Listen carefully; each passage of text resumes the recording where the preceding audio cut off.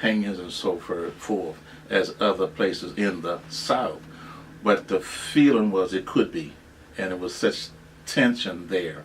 There was unspoken, unaddressed tension that kept us all in our place. Even as teenagers, when we would go on weekends and things, if we wanted to do something, we knew it was intentionally, and that we knew there was a tremendous danger there. Did your parents ever did they ever have problems in voting registration? Did they vote? They did vote, and I don't think they ever had a problem. My father's biggest problem was getting people who were afraid to register to vote. And there were various hindrances, if you will, poll taxes or locations of the voting, intimidation, those kinds of things that I'm assuming they just took it as part and parcel of the time. But he insisted, and they both voted. I got that drive from both of them, very much. Yeah. Well, let's start with massive resistance, because that's a big part of your history here. Yeah. The infamous James J. Kilpatrick.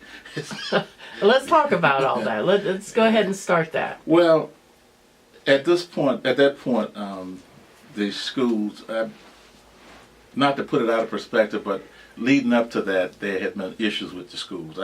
I briefly described the condition of the school I was in. And when I was about 7 years old, a young lady had led a strike to address that at the high school level. And then they had built the school that was inadequate when they built it. It was overflowing. And this is in Prince Edward? In Prince Edward County. There was, a few minutes ago, I alluded to the school buses difference. Well, there was a couple of times when the discarded buses that the white children were on were actually driven onto the campus of the black school and served as a classroom. Not retrofitted, it just parked, and the teacher would stand where the bus driver and the kids would sit in the seats, no heat, and have their 30, 45 minutes of class. So those kinds of frustrations started bubbling up, if you will. And the first response was, well, they built that inadequate school. Then the next response was to build a high school, which became the Robert R. Moton High School.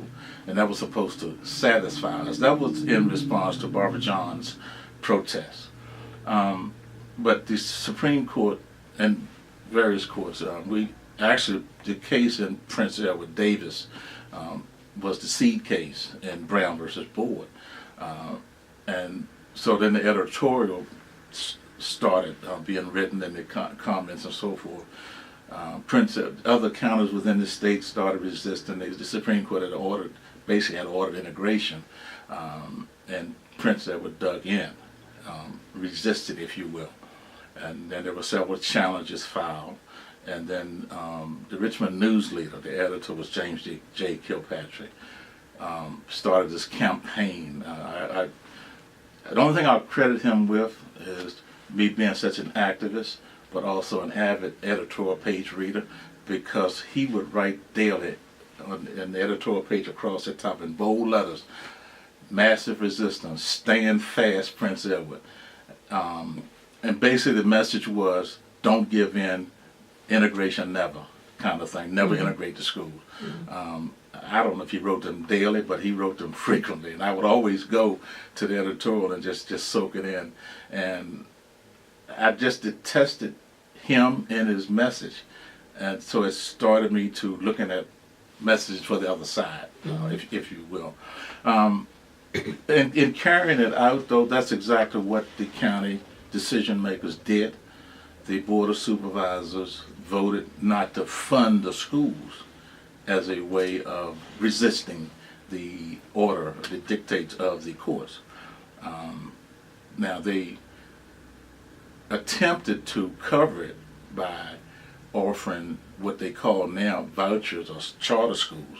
I mean, because what they did was made funds available, and I still say they were taxpayer funds, so that they immediately, I don't think the white kids missed one day when they decided to close. The defunding or the non-funding of schools happened in 1959. We were told, confirmed in August, there would not be public schools And what grade would you have gone in during that time? Ninth. Okay. Ninth. I'm sorry. Go ahead. Yeah, this all started when I was about in the 6th or 7th grade, and they shut them when I was in the 9th grade, but they had funds available at least that first year for the white kids, and they started this Prince Edward Academy, and that's a term. If anyone looked at Virginia history, which by the way you probably won't find in the school system, but throughout the state there were institutions called academies. There was the Brunswick Academy. There was an academy in Norfolk and different places, Huguenot Academy in Richmond or near Richmond. And all of these were created as private schools so that they could maintain their segregation basis. Now, the other counties did fund the other schools, and the white kids certainly didn't go to the public schools unless they would be in integration. Prince Edward dug in and stood fast, if you will, following the dictates of James Rush Limbaugh Kilpatrick. I'm sorry, I don't have anything too much against that man personally, but they just refused, and they took, I still say taxpayers' money, but I can't prove that, to fund those schools. Probably the next year or sometime during that, they made funds available for the black kids if they would go into their little academies. Basically, go from public segregated schools to private segregated schools. And my father was very adamant, opposed. They had some town meetings trying to talk the black parents into accepting it. And I do recall him coming home that night very disgusted. There was one black family that advocated for that, and he was well respected in the town for those reasons. And they thought, at that time, my father came on thinking that was going to go through.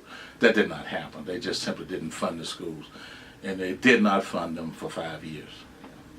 So basically this affected your high school career. My entire high school career, yes. That year, in September of 1959, there were no schools for black kids in the whole county. Immediately, those teachers, the black teachers, were accepted in some of the surrounding counties for teaching positions. So they were able to take their kids with them, their own children, particularly if they still lived in Prince Edward, and they would drive them to school. Obviously, if they moved into the county, then their kids could go. They were going to segregated schools, but at least they were in school.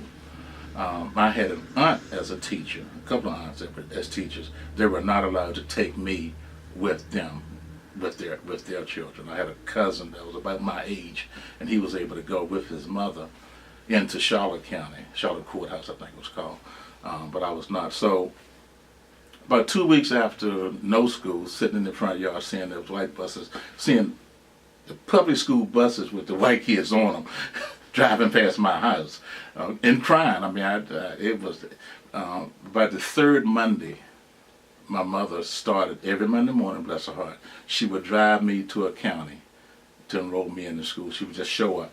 And some would turn us away that day. Some let us stay for a couple of days and said, okay, we need to find your transcript. Where were you last year? And the minute you said Prince Edward, I'm sorry, you can't come. What had happened, and there's another person I put probably at the level of Kilpatrick, was Governor Mills Godwin, I believe his name was at the time, or one of the governors. But the Virginia Education, no, I don't want to disparage them, the State Board of Education had issued a statement, or an edict, if you will. If you accept a Prince Edward student in your system, we will defund you. Whatever money the state would otherwise provide that school system would be cut off.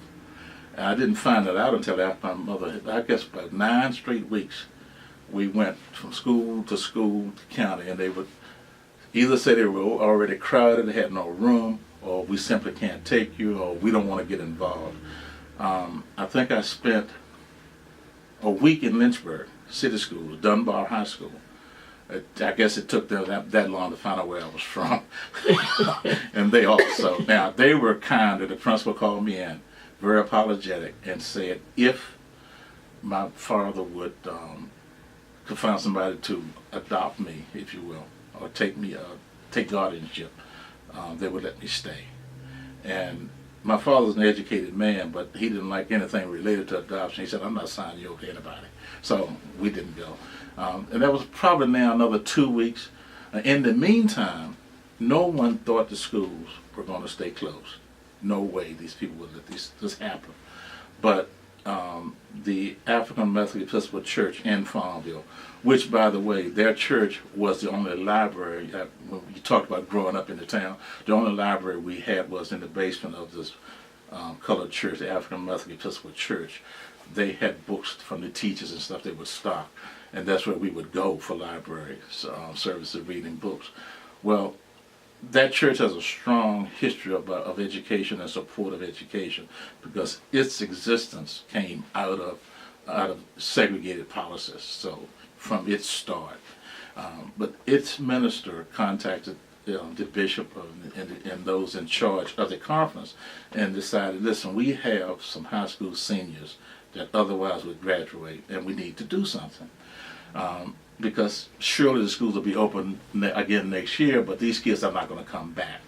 So the church worked with a school it was affiliated with, or it ran in North Carolina, called Kittrell. I think initially it took about 60 or 70 seniors and juniors. And it was a junior college, and the relationship to junior colleges and high school seniors was very close. So they just blended the students into the existing classes. It was another heartbreak, because I saw then other kids, I had the white kids going to school, all my friends going to school, and I really